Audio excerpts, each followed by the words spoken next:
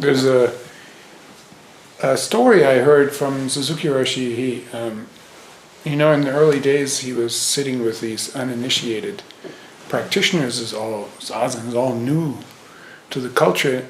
Very few people have heard about meditation, and they come to this obscure synagogue that was, handed over to Japanese congregation, and these, young hippies are congregating for Zazen. Zenki Roshi, I think, is sitting there and he's like ringing the bell himself, and people come in, and so they have to sit for 40 minutes. It's like,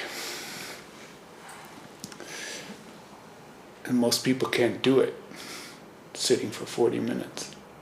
And occasionally, I have heard, Zenki Roshi would, instead of ringing a bell, he would gently say, "We will sit for 10 more minutes."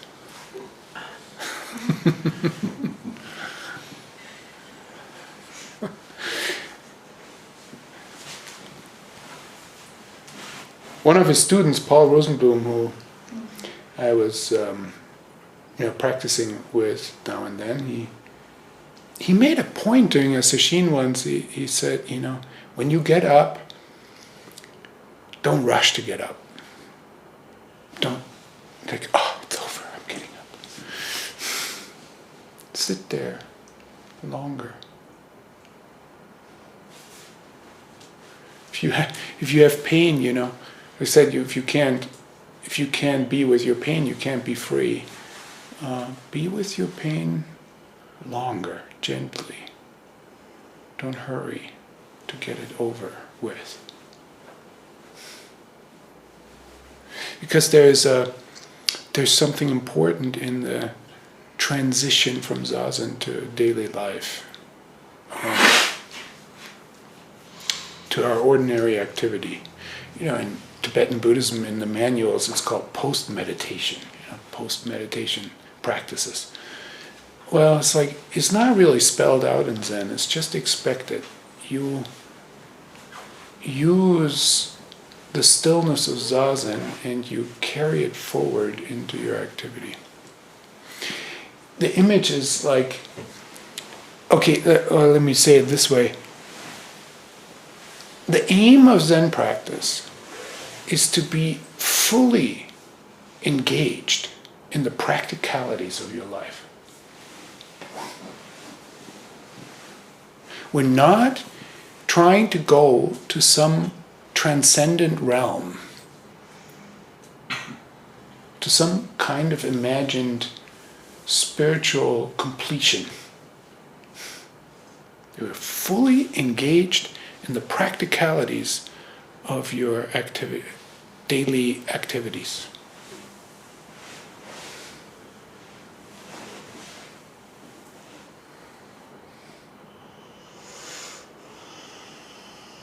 But you are rooted in stillness while doing that. The image is like you are swimming in the ocean. Your arms are, involved in managing the waves of your life. But your feet are reaching to the bottom of the ocean and they're walking there slowly.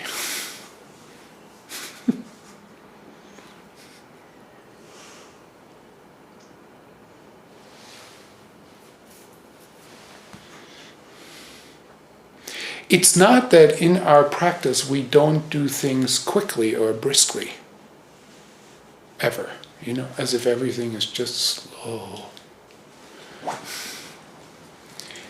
But your practice should be not to hurry.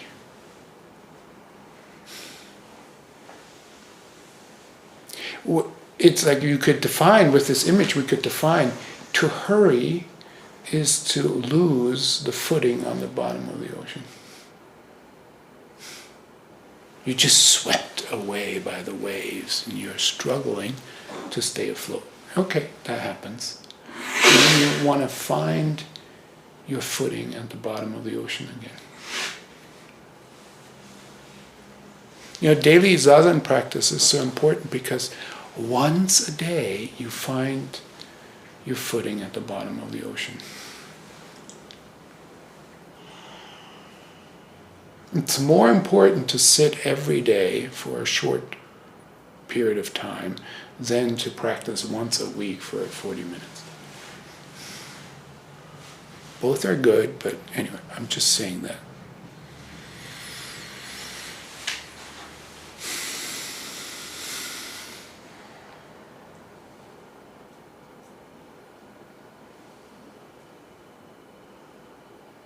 So yesterday I heard that the aim of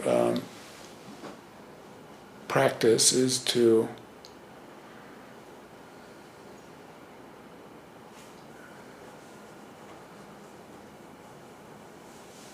enlightenment for the benefit of all beings.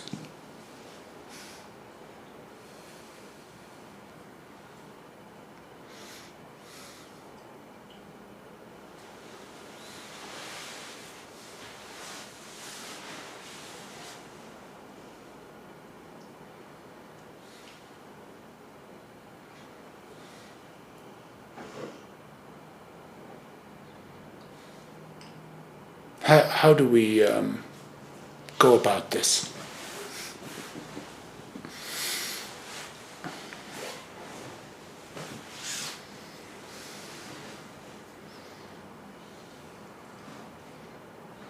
I think one thing to consider is enlightenment an event, something that happens to us and then we have something, we have enlightenment.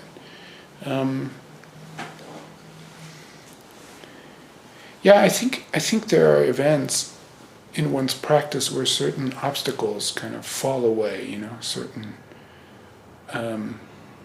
openings happen. But the approach in our school is to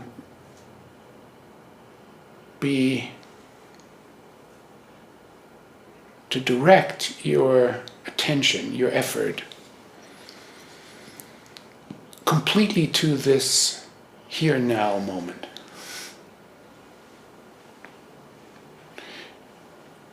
Just maybe clarify in your own mind, what is the time that you imagine enlightenment to occur?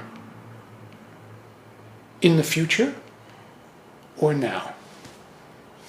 Well, adjust your mind if you think it's going to happen in the future.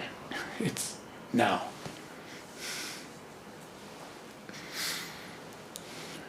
So then, practice is about how you relate to this here now moment, how you engage it.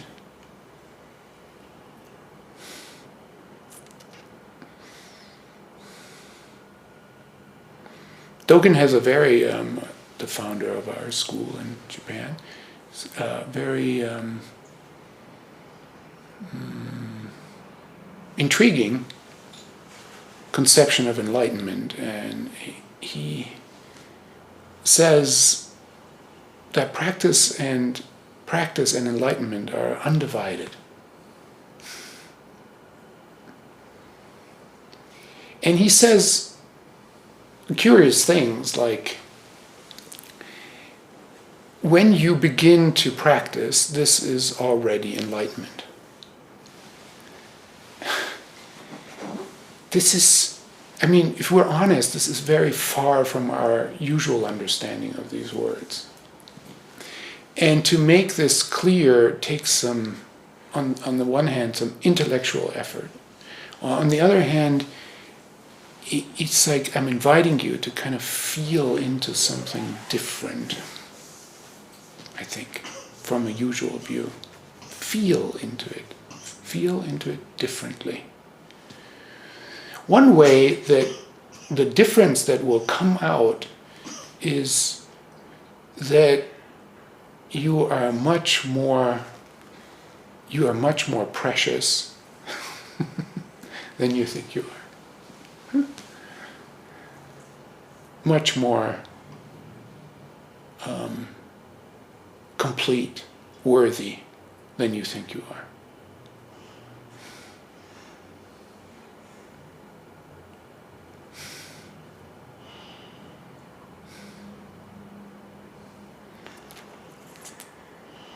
Dogen's big question, the question of his life, is if we are already enlightened, which is a view, and I'll say a little bit more about that. If we're already enlightened, why do we need to practice? In his time, there was this view, everyone is a Buddha, everyone is already enlightened. Well, if that's the case, then why do we have to make an effort? Why do we have to practice? And this is you could say this is a koan, these are contradictory views. How do they belong together? Maybe this cannot be resolved conceptually, completely, but we can kind of like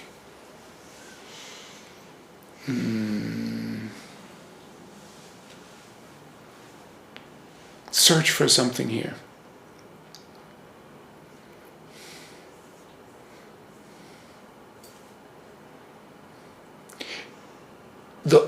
The alreadiness of your enlightenment. You're already enlightened. Motivates your practice. There's something in us that wants us to practice. How did you end up here? What is it?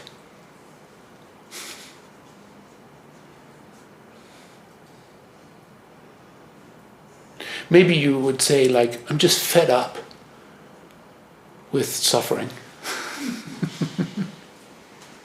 Fed up with certain, habits, ways I lose my footing at the bottom of the ocean, right? It's like that. That's a view. The other view of that side is that there's something in you that knows how this could be different. This is you being already enlightened. You know that it can be different.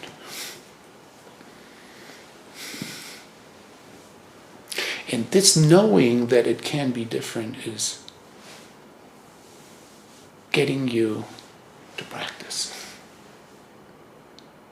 So the very beginning is already an expression of your enlightenment.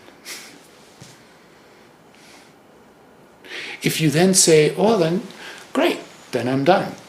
This is wrong.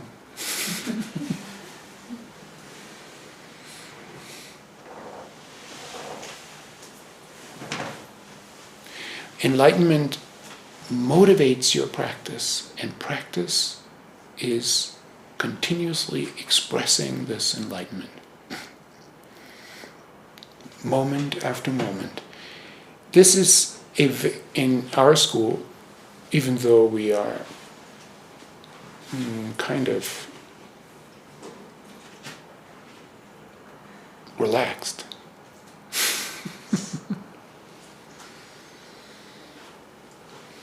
walking at the bottom of the ocean,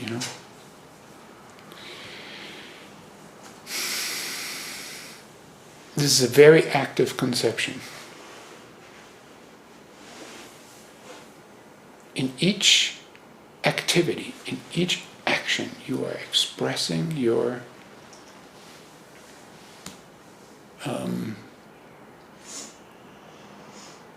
undividedness with the world.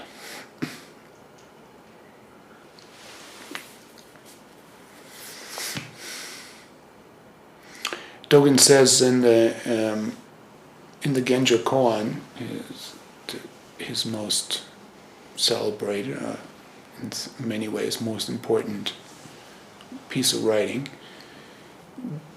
to complete that which appears. There's appearance, that's kind of passive, It's just appear. things appear all the time. And your engagement is to complete that. In two ways. To recognize that it's already complete.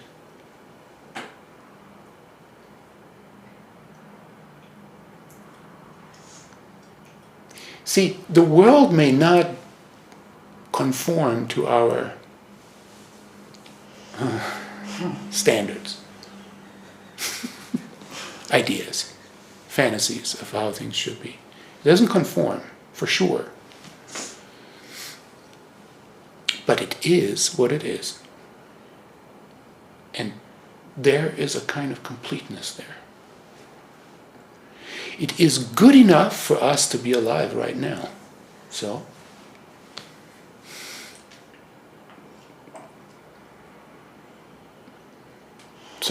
to recognize that is to complete the appearance. It is also our job to carry this here now moment, this present, carry it forward into the present, as I like to say. You carry the present into the present.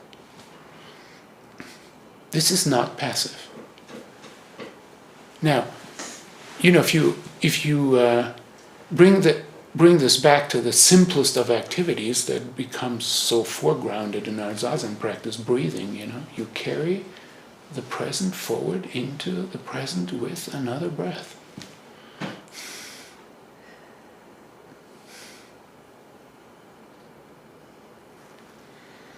I carry the present forward into the present with another sentence. Because right now, this is my activity to speak.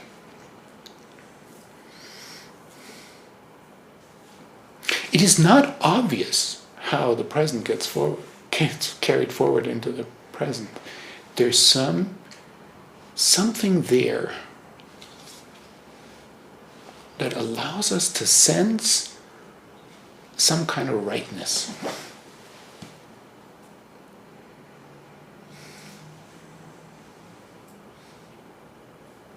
If you miss that rightness, let's say in speech, it becomes incoherent. And then other people go, huh? And you could take that as a criticism. It's like, why don't you just accept what I said? Or you can just see it as a feedback of the 10,000 things that you didn't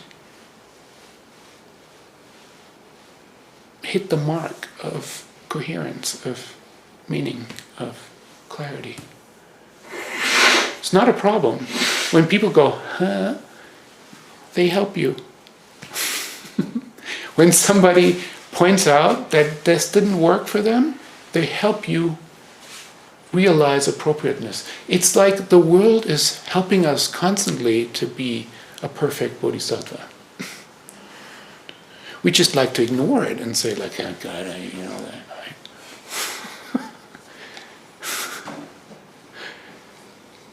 Just get over it.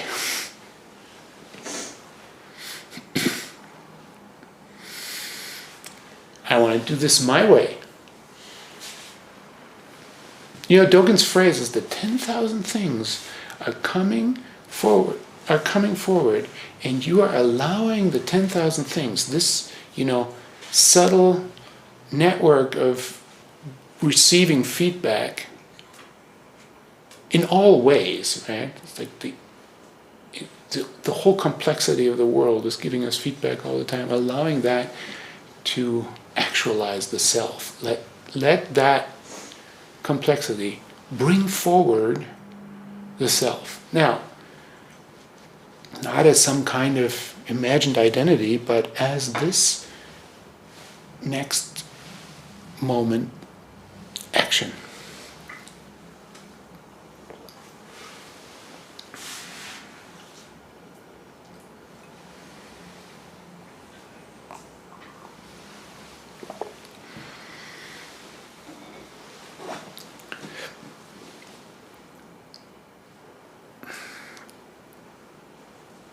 even if our lives are simple, they're very complex. There's lots of stuff going on.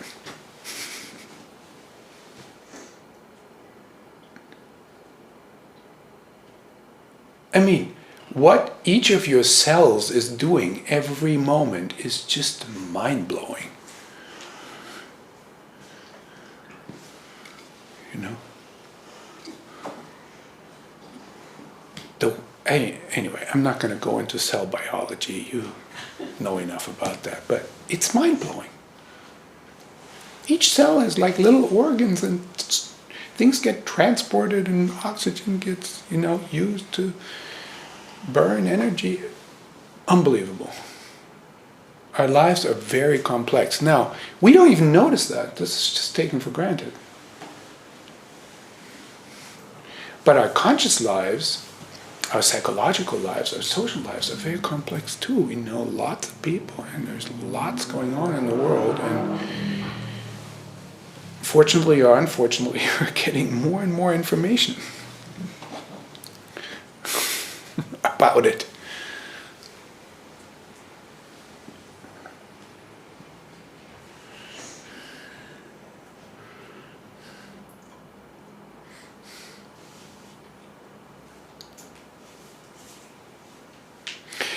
Sometimes I think that the formality of Zen practice, as I don't know, off-putting as it may be for some of you, or weird, like why all this rigmarole?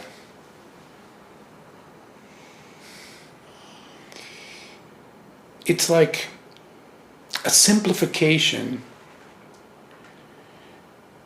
in which you can notice the pace of appropriateness,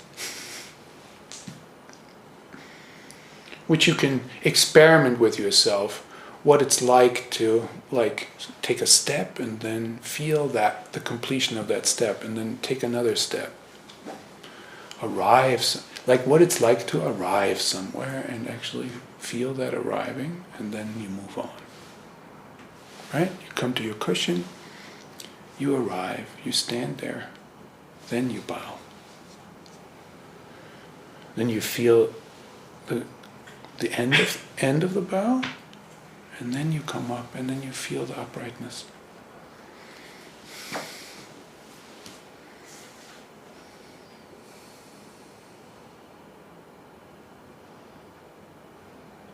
When you're new to this, it's more difficult. It's like, am I getting this right? What am I supposed to do? If you're worried like this, you miss the teaching of the forms. I understand, but it'll go away over time. When you start to be comfortable, when you've accepted that this is the way the practice is set up in Zen,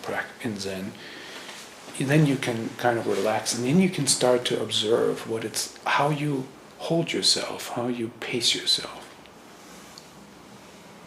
how something feels complete or incomplete. You notice little things like, some people have the tendency to be a little bit ahead of the pace. It's like they are, you already start eating in the oryoki, even though the pace is like, you have to wait till everyone bows and then you eat, You didn't know that, but even when you know it, you may find that you are the kind of person that's a little bit ahead of the pace. Or you may find that you are the person who kind of lagging behind the pace, like just waiting a little bit too long.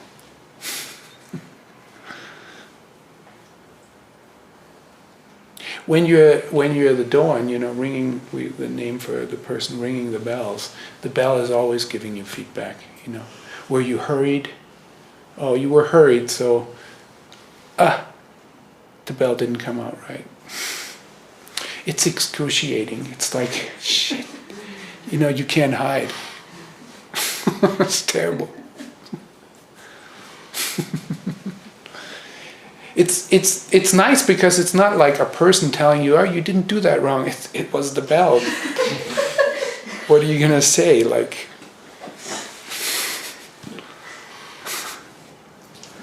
you serve, right, and the darn ladle just doesn't really fit into, and it's spilled, and you did it, and it happened 3 times. Oh no!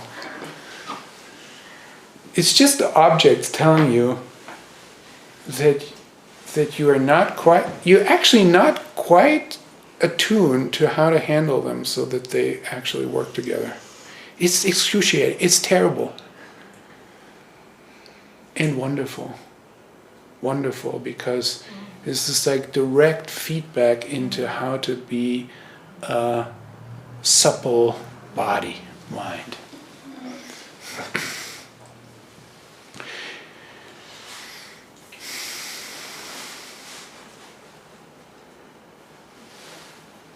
There was this situation today at breakfast where, from the point of view of clock time, breakfast was late. From the point of view of lived time, it was happening. How can it be late? It was happening. So, what do we do as practitioners? We stand there.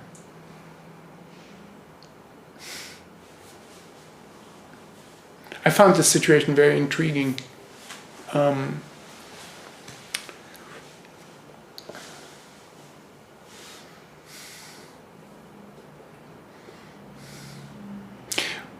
When you just stand there, all kinds of things are actually happening. It's like you develop some kind of relationship to the situation.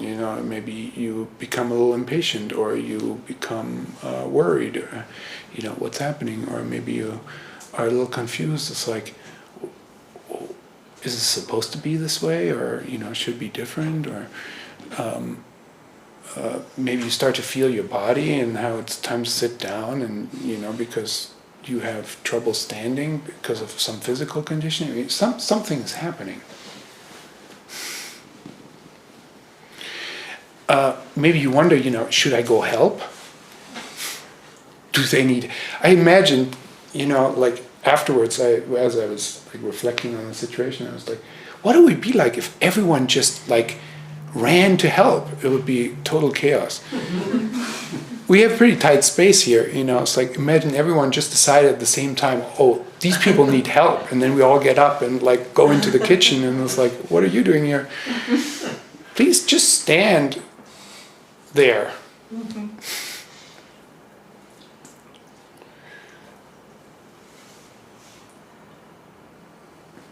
The way we are helpful in a situation like this is by letting the cooks, whose responsibility it is to get out the meal, to let the cooks do their job. That's how we're helping. To not get in their way. Now, like one additional person might help, it's like, you're just holding a space, and you allow something to come together.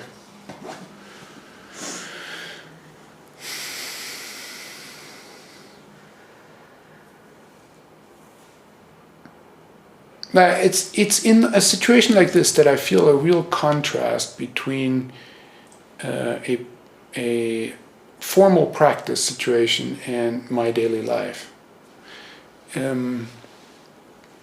There's a lot of patience and stillness built into this kind of habit, collective habit that we're practicing there. If a complaint arises in your mind, you are not allowed to utter it. The situation cuts it off. You're not allowed to say it.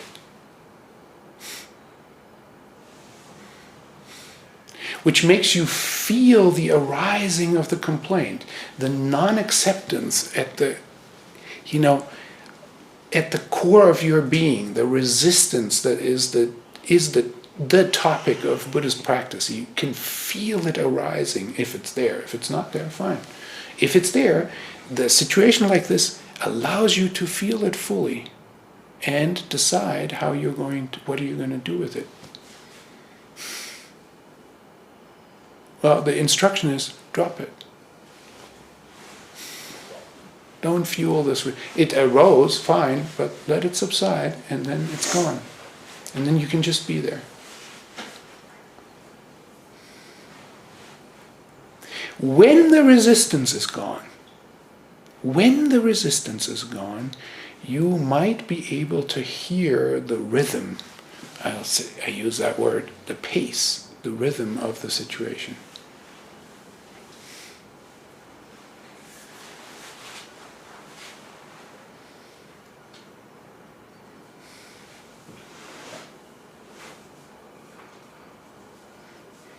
There's these noises, there's these noises that the kitchen makes. It's like the tools are clanging, If you hear people's stress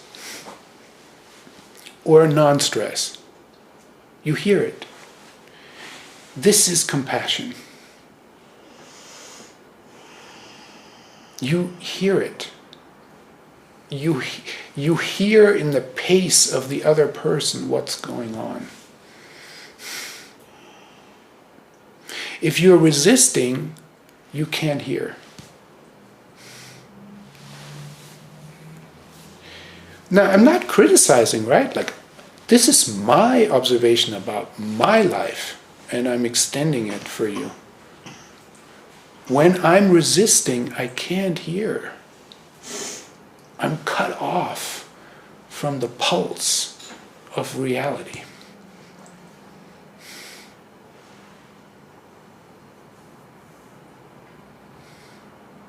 When you hear the pulse, it still may not be entirely clear, but we need to use our intuition to say, now how do you connect with that?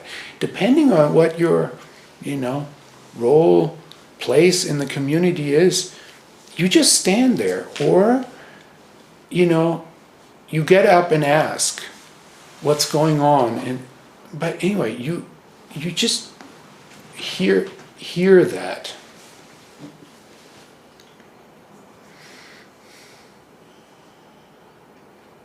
Dogen says in the Genjo Koan, when you see form and hear sound, fully engaging body and mind, you perceive things intimately.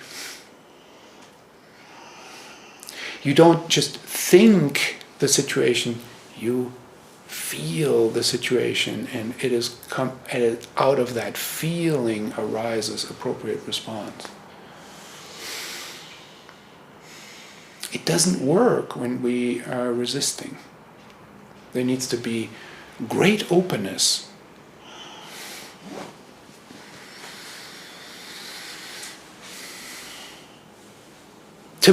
So here we have simplified things completely.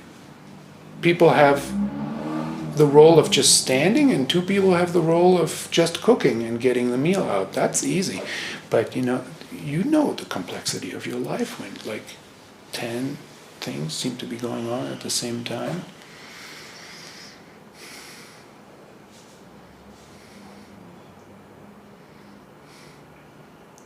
Then it's even more important to remember to find your footing at the bottom of the ocean. Otherwise it's just completely, you're just lost.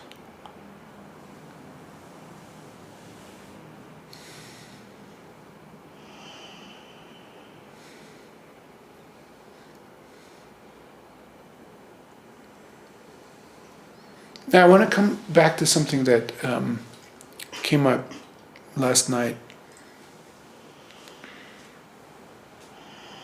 I think the most common worldview, literally, view of the world is that the world is the constellation of all things.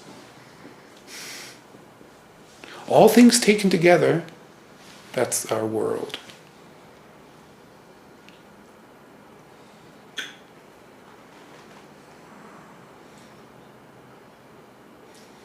notice that in this worldview, all things are already separated. There's an assumption that things are already separated. They are constituted as individual things, and then you can put them together. Then they can relate.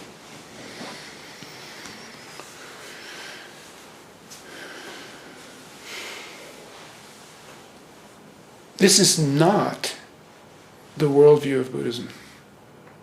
And it takes real effort to change that view, is my experience.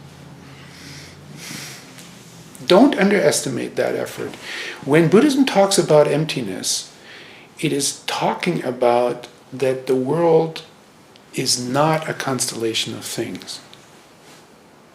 That's what what emptiness means.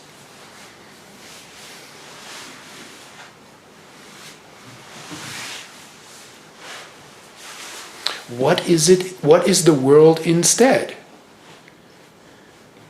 It is, I say it that way, it sounds complicated maybe, but it is a field of undivided activity.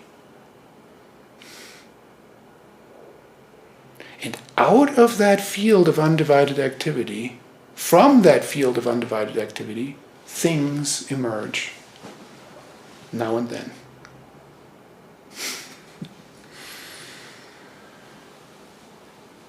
How do we think, not even consciously, how do we think of things? We think of things, I think, as stable objects, usually in the center of our field of vision. And there they are. And they are relatively unchanging. They are self-same over time. The usual example of the philosopher is the table, because that's where the philosopher is sitting and writing. Oh, think of the table. It's always funny when you read philosophy. The table is the main... Okay, whatever. The table is so stable that it's really a bad example. But that's how we shape our view of a thing. Like, take a tree. The tree is pretty stable, it doesn't walk. But already, it's not a table, because its interrelation with the wind is obvious. But really, it's quite subtle. It's like, when you think tree, do you think leaves, or do you think trunk?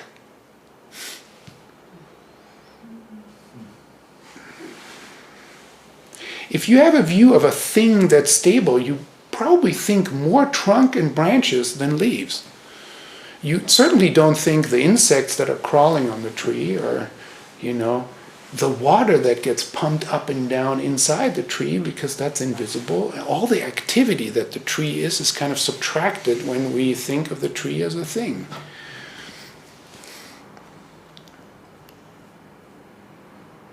But this is still just way too intellectual.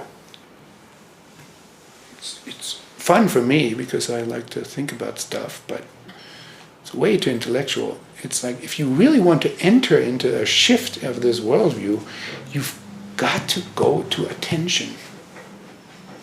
You have to watch what attention is doing.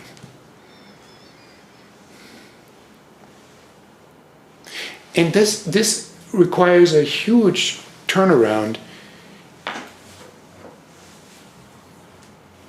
We think of the things of the world as already given, like they're out there and they stay there. If you don't look, they're still there. If I look away from the table is still there. Yes, and there's a different view of the world where the table emerges every time you look at it. And when you look away, it's gone. And when you look again, it's there. It's like, oh man, everything just keeps appearing from an undivided field of activity. And See, the table in the morning and the table at night are two different tables because the light on the table is different. It has changed color. But we subtract that just the way we can subtract the leaves from the trunk.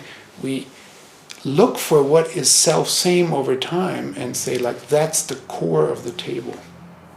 Not its actual appearance, which is different at different times of the day. So you're not really seeing the table when you think table. And you're not seeing the tree when you think tree. And how is the wind a thing? It's a noun, so we think of it as a thing, but how is the wind a thing?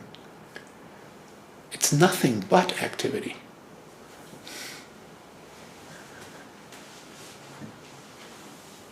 This investigation is what is required to make any sense of saying that there is no self. It's not just that we human beings don't have a self according to Buddhism. It's that things don't have a self. They don't have a stable core, essence.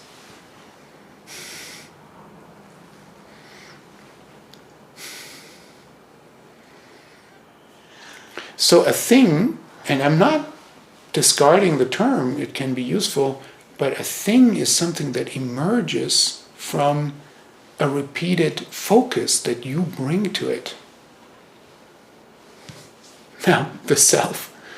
The self is established because we've got repeated focus on it. Like, I'm so important to myself. There's a lot of focus on it. It appears like, oh well, that's a thing here called self.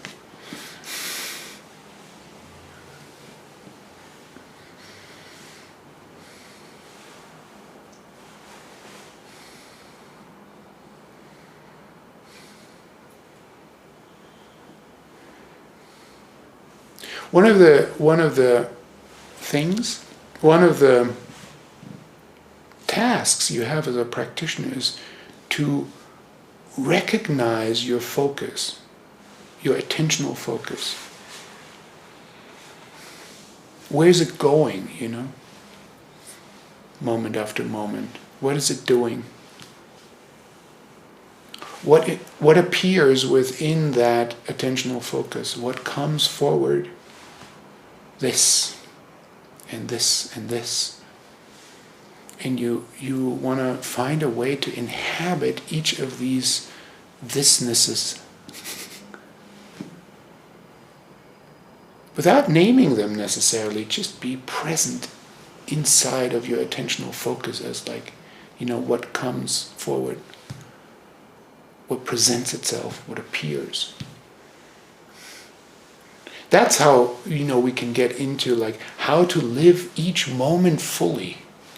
Yes, in that. That's mindfulness practice.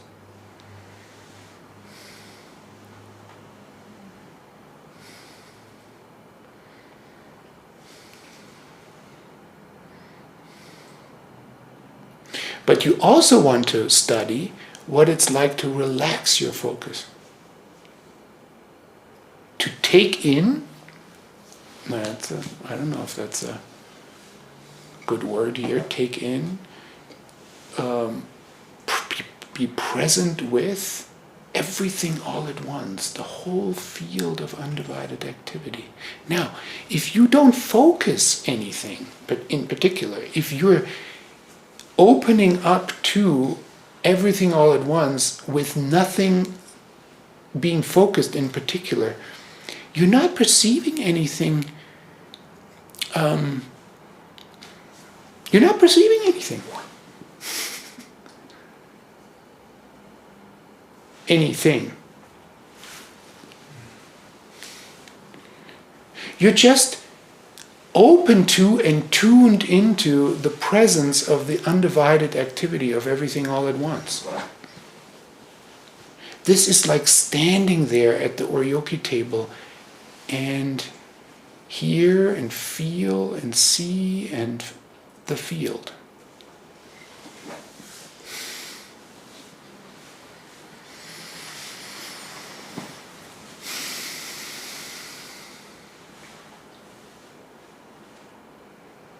This is a paradox. It's unresolvable. Even though it's brimming with activity, it's still. This cannot be explained.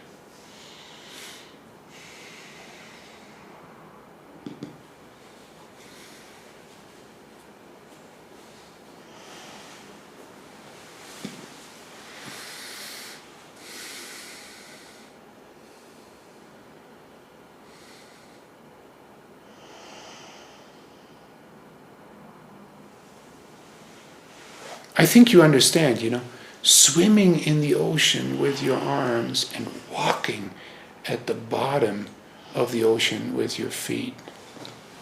This cannot be explained.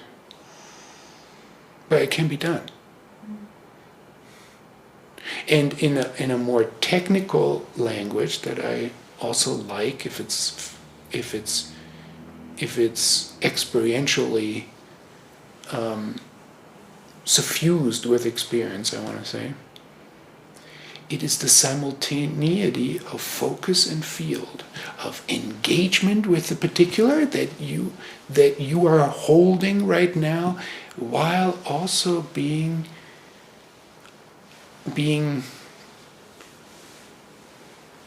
attuned to, spread out into the whole field of undivided activity.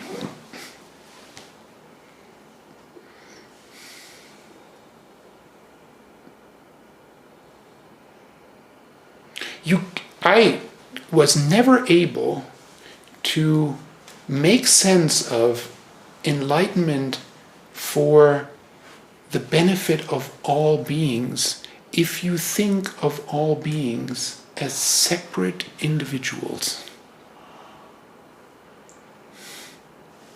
This does not make sense.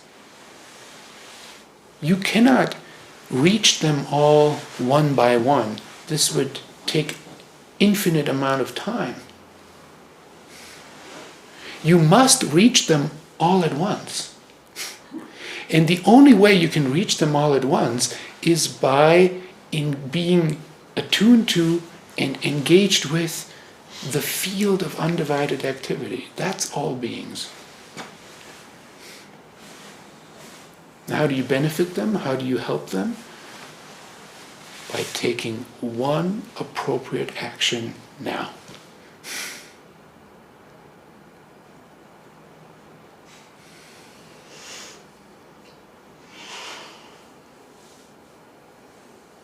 It's that simple and that far-reaching at the same time.